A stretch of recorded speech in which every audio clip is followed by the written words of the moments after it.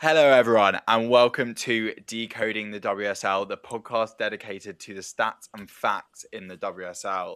I'm your host, Jacob Bernstein, and today we are previewing Game Week 19. One of the games is a North London derby, and I am joined today, unfortunately, with three Arsenal fans. I'm actually the only one in club colours today, but firstly, we are joined by Izzy Duddy. Izzy, how are you doing?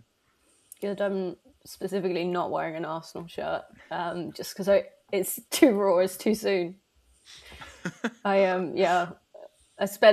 think I had to have a nap in the second half of that cup final because I was just like, I can't do it. Izzy, you're speaking to someone who's watched their team lose 5-2 to Man City and 3-0 to Nottingham Forest. So I had a pretty brutal weekend. Surely at this point. That's fair enough. Secondly, we're joined by Freddie Cardy. Freddie, how are you doing? Yeah, still not quite over yesterday, to be honest. It's been a difficult day, but we're getting there. But I think tomorrow is, the nerves will set in for that. I'm still very excited for that, the Chelsea game. So, yeah, we're getting there. Exactly. We've got midweek Women's Champions League action with Arsenal against Chelsea. And finally, we have Laura Howard. Laura, how are you doing? Yeah, I'm good. I'm nervous about this midweek Champions League stuff. I'm saving my shirt for tomorrow, keeping it, match ready. But yeah, I think the League Cup final on the men's side hit me a little bit less because I was working all the way through it. Didn't get home till like 1 a.m. after my shift because it was a bad one, but it kept me distracted. So maybe it was a good thing. Yeah, exactly. That sounds pretty brutal. We are here to preview Game Week 19. Another WSL game week is ahead this weekend. It's the third weekend in a row of WSL football, but after this, there isn't any WSL football for 4 weeks. It will also be an interesting week to see how players start integrating back into the sides after the Asia Cup. First game that we'll look at is Everton versus Liverpool, the Merseyside derby.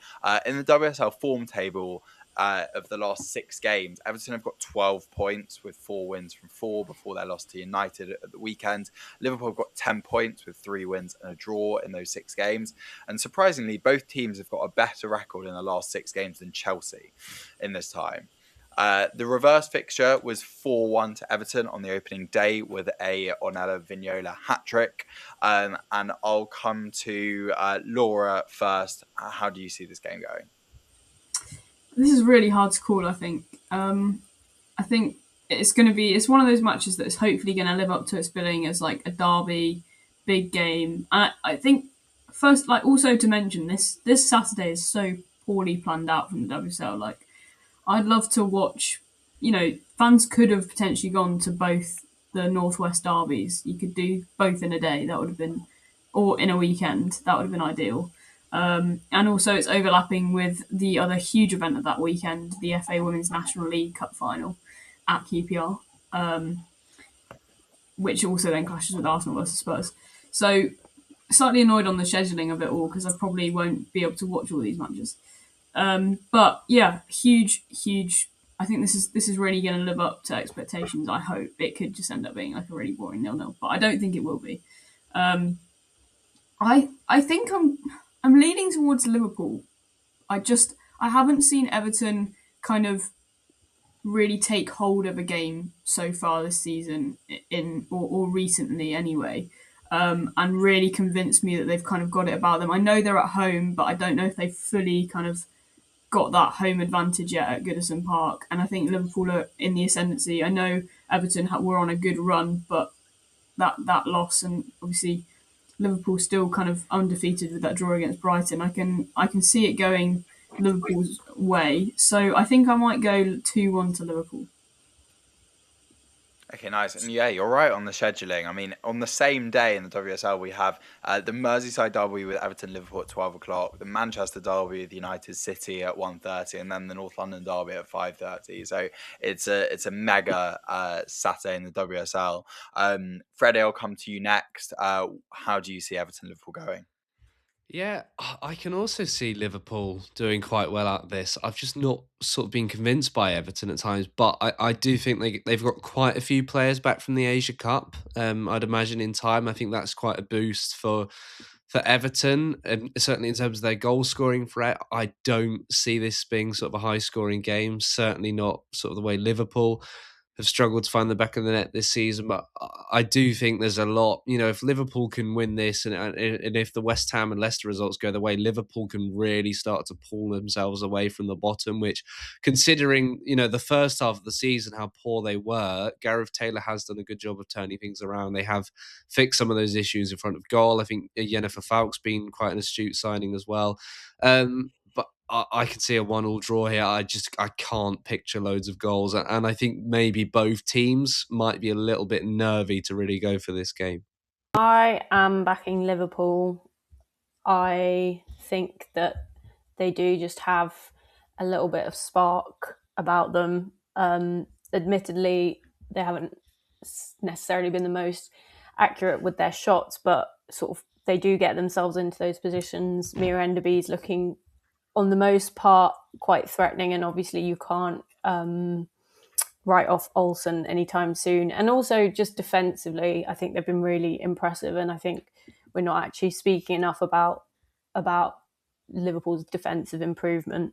Jennifer Falk's also had 15 saves in her last game, which is pretty impressive. So, yeah, part of me feels like it'll be a bit of a keeper off, because I do think they're like the two best keepers in the league, essentially. So it will be interesting. I'm going 2-1 to Liverpool.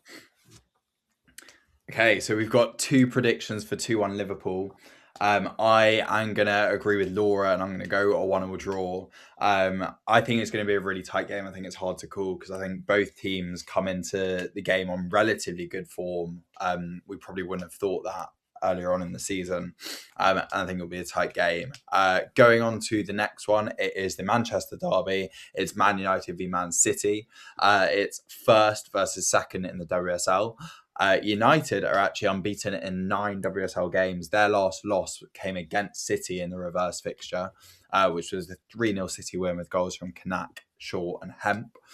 United play midweek in the Champions League quarter-final versus Bayern Munich, whereas City do have a week to rest. Freddie, I'll come to you first. How do you see this going? Yeah, you make a very good point about the Champions League, because I think when we were sort of making predictions at the start of the season, we all sort of said, is United's squad depth enough to compete if they do get through in the Champions League? If they do, challenge for the latter stages, can they maintain things in the WSL? This is a massive week for them to sort of answer that question.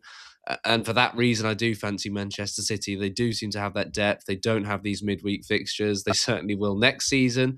And like I say, United have to win all these games. So I don't really know what Mark Skinner does apart from just try and get minutes out of his best team in all of these games. You don't want to take Bayern Munich lightly. That's at Old Trafford as well. It's a bit like Arsenal. You've got this big game on the weekend as well, which you need to win, but you've got this big Champions League game too. So for that reason, I do fancy Manchester City. Bunny Shaw's in form. But I think United have got the players who can cause problems as well. It's such a tough run for United. That you've got the cup final, which they lost, drew away to West Ham, just about got over the line against Everton, and then Bayern are a good side. We've seen what they've done to Arsenal already this season. So I'm going to go 3-2 for Manchester City. I think United have got something in them, but I think City should be too strong. Izzy, I'll come to you next. Do you agree with Freddie? Do you see a City win, especially after United's midweek game? Yeah, I completely agree with Freddie, although I, to be honest, would more on the side of not being as convinced that United can kind of get as much as 2 goals from the game. I do think that, that draw against West Ham really sort of showed that perhaps they're not, despite their sort of increased squad depth, not like managing the minutes quite correctly. I feel like they're a bit tired. Perhaps that sort of was shown in that game against Everton, where they kind of needed a set piece last minute corner to win the game. The only thing that I'm kind of like toying with is City's defence is probably the only thing we can kind of perhaps criticise about them at the moment. They have been, in some instances, slightly weak at the back. So I think I'm going to go 3-1 to City. I've actually gone for 3-1 as well. Similar reason to you, Izzy. I think City look, although they did draw to Villa 2 weekends ago, I think City kind of got back on track with that win against Spurs, and I think they probably only need kind of maybe 2 wins and a draw, 7-ish points from their last 4 games to secure the title, and this would put them well on the way. So I'm going 3-1. Laura, I'll come to you last. How do you think this one's going to go? Yeah, I agree with the kind of outcomes. I think maybe having Miyazawa return from the Asia Cup will be a little bit of a boost to United. I think they have really missed her, and I don't know what the kind of update on Ziggy Ossiomi is, but obviously I think that'll be a big call on whether, if she's fit, I think that'll be a huge boost as well for United, because that midfield pairing has been something that's really worked for them throughout this season. So, but yeah, I kind of concur with everyone in terms of I back City a clear week. I think they're just a stronger outfit anyway. This season they've looked really, really strong, and I think it's incredible. We spoke in the review pod about how good Bunny Shaw has been, but 3 of the top 4 scorers in the WSL this season are City players, which is absolutely madness, really, when you think about it and how prolific they've been. I think it's Carolyn and Viviana Miedemar that are also up there alongside. I mean, not really. No one's alongside Shaw, but in the top 4 with her, as well as Kirsty Hansen. So yeah, I think they've been really good. I'm gonna go kind of United go quite defensive after a midweek performance, but don't really have the kind of they put all their eggs on that defensive basket, and I'll go for a 2-0 City win. Yeah, no, you're right. I was just looking at the table in terms of goals scored, and City have obviously scored the most in the league with 52. But next most is United with 37. So there's a 15 goal gap between the team who scored the most goals versus the second most, which is quite surprising. Let's go on to the last game on Saturday, which is the North London derby. So that's Arsenal at home against Spurs. Spurs come into this game not on the best form. Spurs have lost 2 games in a row against Everton and against City. There are only 2 WSL teams that have lost their last 2 games. That's Spurs and Leicester. Arsenal, on the other hand, are unbeaten in 11 WSL games since their 3-2 loss against City in October, which is actually their only WSL loss this season. Arsenal do obviously have that big midweek game in the Champions League against Chelsea. And the reverse fixture, I mean, it was a very interesting display. It was 0-0 at Brisbane Road. Arsenal did dominate the game, but Spurs had a really strong defensive performance. Izzy, I'll come to you first. How do you see the derby going? It is a weird one because I think both teams have been quite influenced by sort of the sort of absence of their teammates who'd gone to the Asia Cup. So, as we know, Caitlin Ford loves a North London derby, but she'll be back from Australia. And, you know, with Chloe Kelly on the form she's on, I doubt we're going to see her start that game. To be honest, I think the Spurs defence might struggle with this one just because, Koga will be back, but Claire Hunt's obviously now injured, and I think they've really struggled to kind of shore up a sort of second back line in kind of absence of those 2. So I think it will be a tough one for them to kind of defend against Arsenal, particularly their sort of quite direct play through players like Liv Smith, who are just going to kind of run at goal. So I think I'm going to say 2-0. I'm not going to over-egg it for Arsenal because they've got that midweek game, which is obviously a really important one. And also, like Freddie said, I'm also deeply disappointed with the scheduling for this one. My dad is a Bournemouth fan and I live near QPR, so we were hoping to go catch the National League final, but alas, I was forced to choose, and I've chosen Arsenal because I'm not a Bournemouth fan. But yeah, it's a real shame that they didn't really think that one through. Yeah, I'll go second with this one. Izzy, I think you hit the nail on the head in terms of Arsenal being able to cause Spurs defensive problems. I think in the last couple of games you've seen it when Toka Koga and Claire Hunt, who have been such a solid defensive partnership, have been taken out. The players that have replaced them, it will probably be Molly Bartrip filling in for Claire Hunt. I mean, I'm a big fan of Molly Bartrip, but she's not had many minutes this season. So I think Spurs might struggle, although the reverse fixture was 0-0. Olivia Smith came on at half time and I thought she was absolutely brilliant. Very unlucky to not win the game for Arsenal. And I was at the Emirates last year for the same fixture last year, and Arsenal won 5-0 in that one. So I'm slightly haunted by that. I'm going to go 3-1 Arsenal, so similar to you, Izzy, with the 2-goal gap. Laura, I'll come to you next. How do you see this one? I think this one could actually be really, really contingent on the result on Tuesday for Arsenal.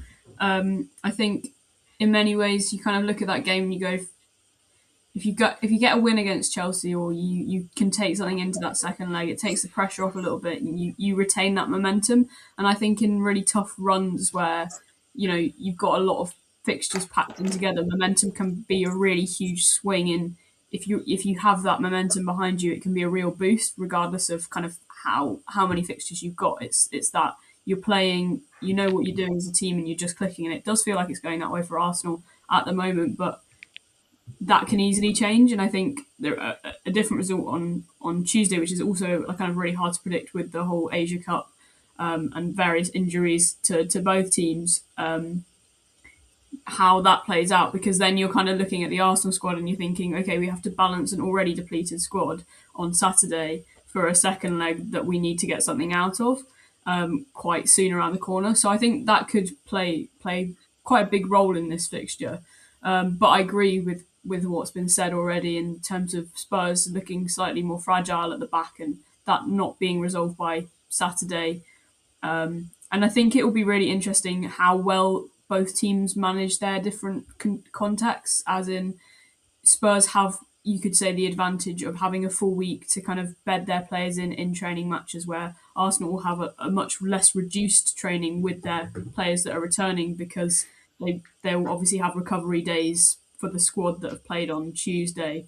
But then equally, that could be that Spurs don't have that kind of match experience that Arsenal have in terms of that, again, like momentum. So yeah, loads of factors playing into this that I think makes it quite hard to predict. And I think ultimately then it kind of comes down to just, I think it could be one of those where you can kind of take derbies in isolation. And I think maybe this will be one of those matches where it comes down to the kind of derby atmosphere of who can seize that the most. So I'm going to predict a 2-1 win to Arsenal. I think, like you said, there will be goals, but I think, a tired Arsenal, potentially Spurs can grab something with their attacking threat as well. And yeah, hopefully a really exciting game at the Emirates. And Freddie, lastly on the derby, I'll come to you. I think I'm the most optimistic, because Steph Catley, Caitlin Ford, Kyra Cooney-Cross aren't playing on Tuesday night. All three of them should be back for Saturday, and then obviously for the second leg, potentially Leah Williamson. I don't know the specifics, could be back for Saturday. So if anything, Arsenal will have a better side to pick from on Saturday against Spurs than they will against Chelsea on Tuesday, which is a whole other discussion. Obviously, whether they rest some of those for the second leg, whether they bring them in and give them minutes. But watching Arsenal against West Ham, they changed both fullbacks and they were so effective. I think Arsenal have got the depth now where actually they can rotate and it's not as much as an issue. We'll see how that goes tomorrow night. If it's Kadina and Wubben-Moy, of course, rather than Williamson and Catley.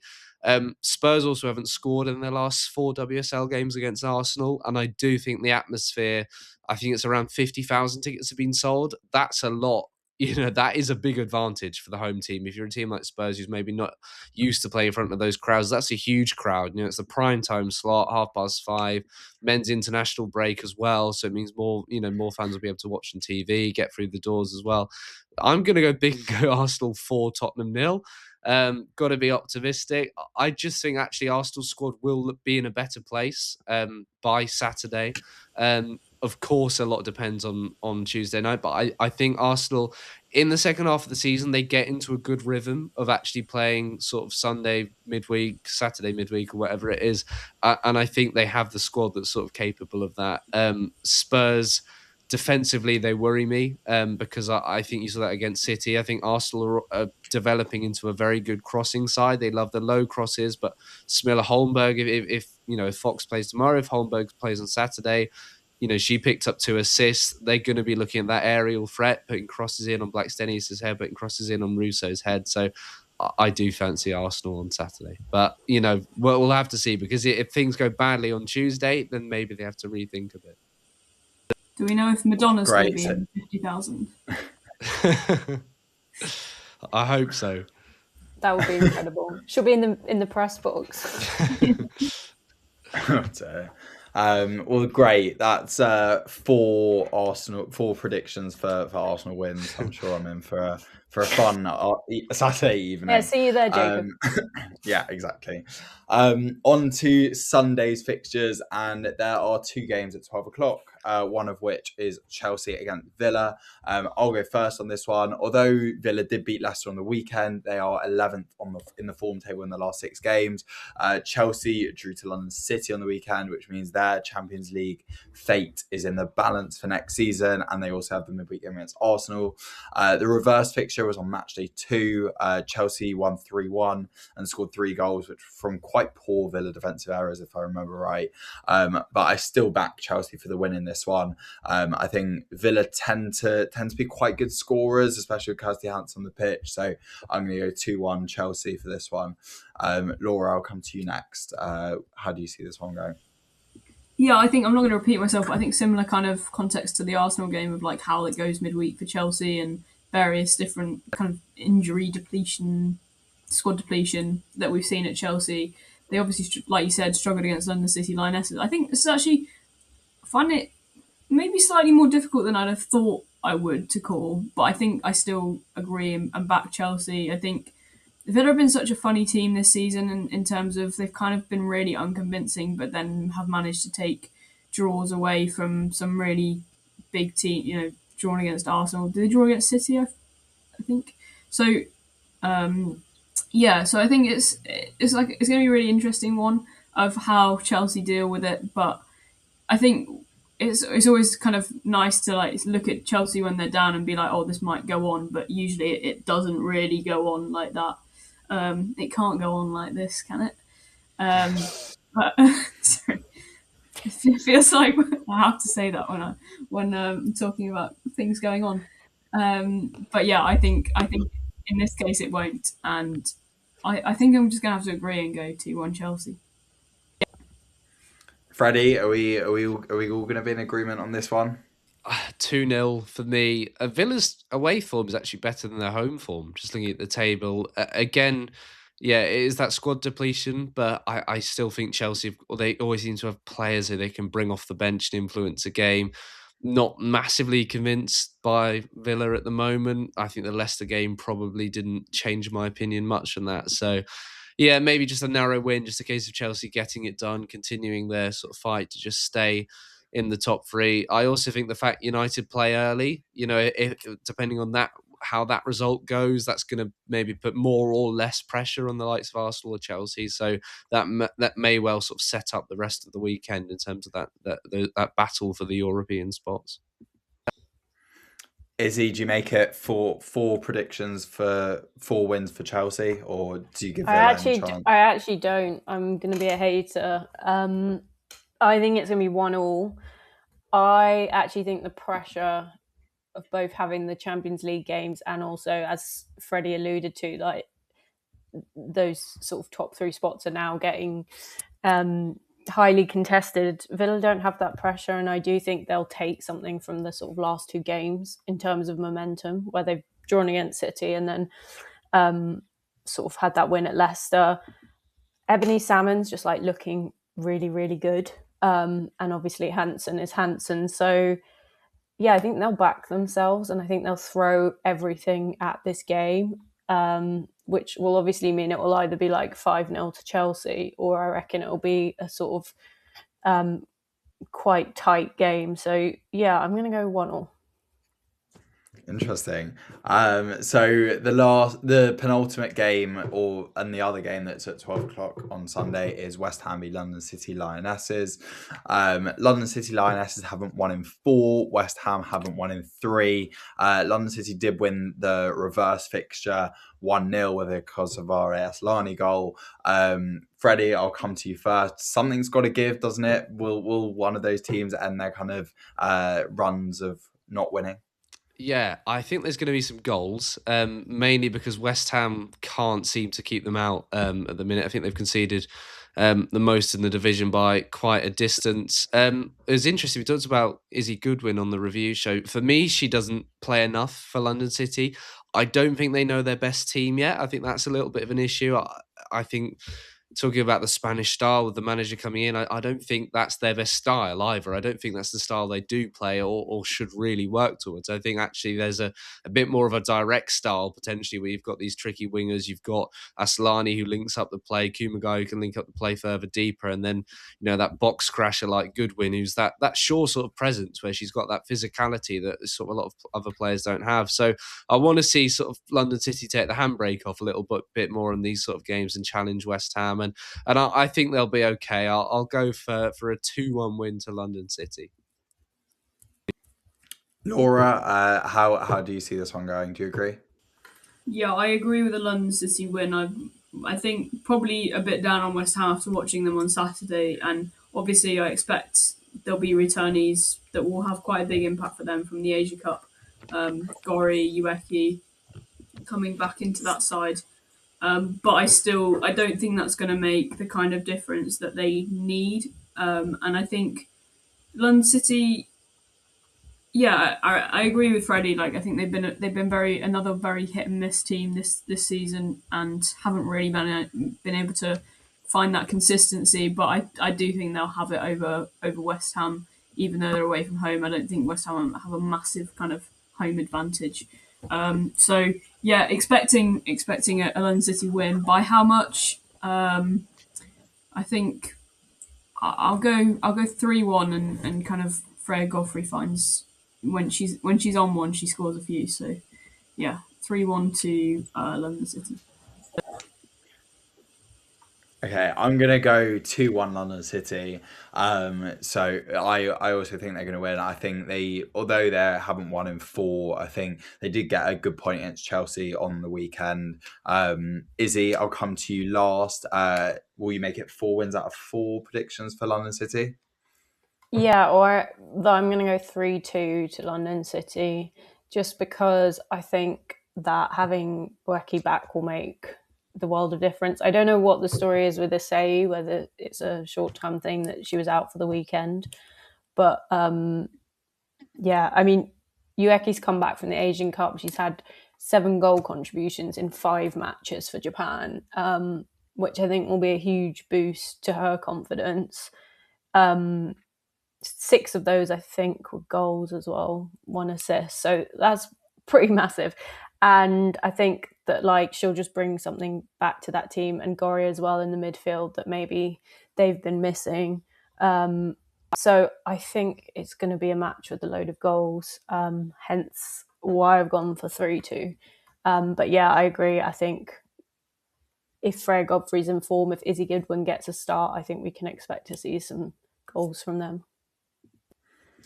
And then the last game of the weekend is Leicester v Brighton. Again, similar to West Ham v London City, it's 2 teams that aren't on the best of form. Brighton haven't won in 4. Leicester haven't won in 6. Brighton did win the reverse fixture 4-1. Again, I guess I'll say the question, something's got to give. I'm going to go first on this one. So I think Brighton will win. I don't think I've seen enough from Leicester in kind of the last few games to think I'll get something out of this one. So I'm going to go 2-0 Brighton. Izzy, I'll come to you second. What do you think? I've gone 3-0 Brighton. I think when they're playing against lower teams and sort of when they're on their day, they're really quite good. And I think, obviously it was a draw against Liverpool, but I think they can take a lot from that game. And they do have attacking potential, and they'll have players coming back from the Asia Cup. So I think it's a good game for them to kind of just get back into it. And yeah, Leicester City, I'm just not convinced at all, to be honest, sadly. Laura, any positivity for Leicester, or are you also giving Brighton? I think Leicester looked better when they were playing a 4 at the back at the weekend compared to when they've been playing a 5. So maybe that's a little glimmer of hope. But yeah, I can't offer any much more than that in terms of hope. I've not seen enough from Brighton to be like, I think this is going to be a complete thrashing. I don't think they have that kind of momentum behind them, but I can see it like a 1-0 win and Brighton kind of dominating and Leicester, struggling again. And Freddie, finally, I'll come to you. Yeah, I just think Leicester might just be that one creative moment that they seem to, that Leicester seem to lack and that Brighton have just with a player like Frank Kirby. Really, it's someone like her maybe popping one in from 25 yards. I think that is going to be the difference in this game. Leicester, their 2 wins, I think, have come at home. They are a slightly better side at the King Power. But I think I just don't see them scoring enough goals at all this season. So I'm going to go 1-0 Brighton. Nice. And finally, before we round off this pod, we'll do a quick focus on aerial fantasy. This weekend, it's obviously 1st v 2nd with City v United, 4th v 5th with Spurs v Arsenal. So potentially the picks for this week could be Chelsea, who are at home to Villa. I personally didn't captain Bunny Shaw last week. There's a potential I could do that again and go for Alyssa Thompson as captain, depending on how I'm feeling later on in the week. Before making transfers, I'd just keep an eye on kind of press conferences as players are coming back from the Asia Cup. But I've not predicted many clean sheets, so focus on attackers, maybe from United and City, Arsenal and Chelsea. Izzy, I'll come to you. Who would your picks be for this week? I think picks will be hard this week just because of all the sort of top teams playing each other. I think Arsenal forwards would probably be the way to go. Sorry, Jacob. But I guess I would sort of target the games on Sunday for this week. If you have enough transfers and you haven't done what I've done, which is loaded your teams with the top teams, and now I can't even take my own advice, but I think there'll be a lot of sort of visionaries and hidden gems that are kind of playing each other on Sunday that you might be able to pick up some sort of sneaky points if you're not sort of willing to back a decisive City clean sheet or something like that. So I think, I'll be sort of stocking up my Arsenal players and then having a route around to see if there's any visionaries with good fixtures coming up that I can pop in for this weekend. Nice. And I guess the other thing is just keep an eye on press conference on team news coming out of the Champions League games, especially with kind of the players reported like from Chelsea not having many players training. But that's all for today's podcast. Thank you very much, Izzy. Thank you, Laura. Thank you, Freddie, for coming on the podcast. If you enjoyed today's episode, make sure to follow or subscribe wherever you get your podcast. You can follow Decoding the WSL on Instagram and check out our YouTube channel too. Thanks again for listening, and we'll see you at the next one.